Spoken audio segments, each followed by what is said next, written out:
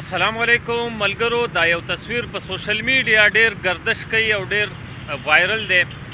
د پښتو فلمونو مشهور اداکار جهانگیر خان چې 13 ورځو کې تاسو ته پته را چې هغه په تبلیغي جماعت کې هم تللی او تبلیغ ته هم تللی.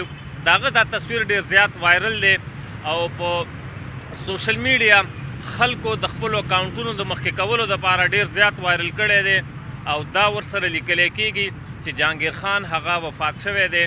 نو ملګرو اصل حقیقت بالکل د دینه برعکس دی، الټا دی، ځکه جهانگیر خان بالکل ټیک ټاک دی خو هغه لږ بیمار شوی او هسپتال ته تللی او د هغه یو تصویر چا د هغه نه ویستلی بیا په سوشل میډیا هغه وایرل شو. نو جهانگیر خان بالکل ټیک ټاک دی، په خیر خیریت سره دی. بل طرف ته د پښتو فلمونو یو بل اداکار تاسو به پیژنئ، زرداد بلبل، د هغه یو بیان په سوشل میډیا باندې ډیر وایرل شوی دی او انتهایی خوبصورت بیان یې کړی، په تبلیغي جماعت کې دی او په منبر ناست دی او یو څو خبرې کړي دي. نو کوشش وکړئ دا په خپله واورئ، هر مسلمان ته ورورسوئ، مخکې شیر کړئ. که ویډیو هم خوښه شوه نو ضروري لایک او زموږ دا چینل در سره سبسکرایب کړئ د صحیح معلوماتو دپاره، د علما کرامو اسلامیک ویډیوز بیاناتو دپاره.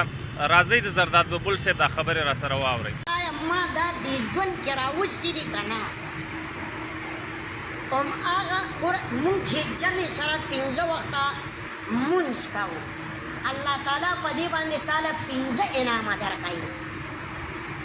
یو په دې دنیا دی، 4 په هغه دنیا دي چې حاکم پسې مونږ منډې ترړې وهو او ځانم در په در او خاورې په سر کړی، هغه لومبی انعام تعالی په دې دنیا کې الله درکوي د رزق، چې رزق به دي فراخ وي، خو چې مونځ زمونږ مونځ شي څنګه د اصحابو مونځونه و پیغمبرانو مونځونه چې هغوی به 2 رکعته نفل وکړه او الله نه به یې وغوښته نو مړ خر به ورته ژوندی شو.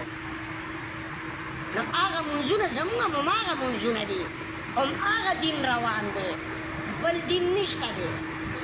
د پیغمبر علیه السلام دین امت ته روان دی. دا ډېر چې چا ته ویره سیروزي له راشه خو یې زوړ دین او زوړ امام او زړې تراویح، نو دین نوی شوی خو نه دی، هماغه د الله کلام دی، هماغه یو الله دی او هماغه پیغمبر علیه السلام دی، خاتم النبیین دی.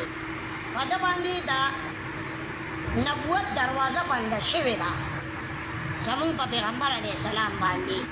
نو که چرې مونږ مونځونه که زه دې دا سوچ وکړم زما یو جرب پټی دی دا پروت دی، په دې کې زه څه کرم نه، نو دې ما له فصل خو به نه کوي که نه، چې زه پکې غنم وکرم نو دی او ما له غنم کوي، که زه پکې جوار وکرم دی او ما له جوار کوي.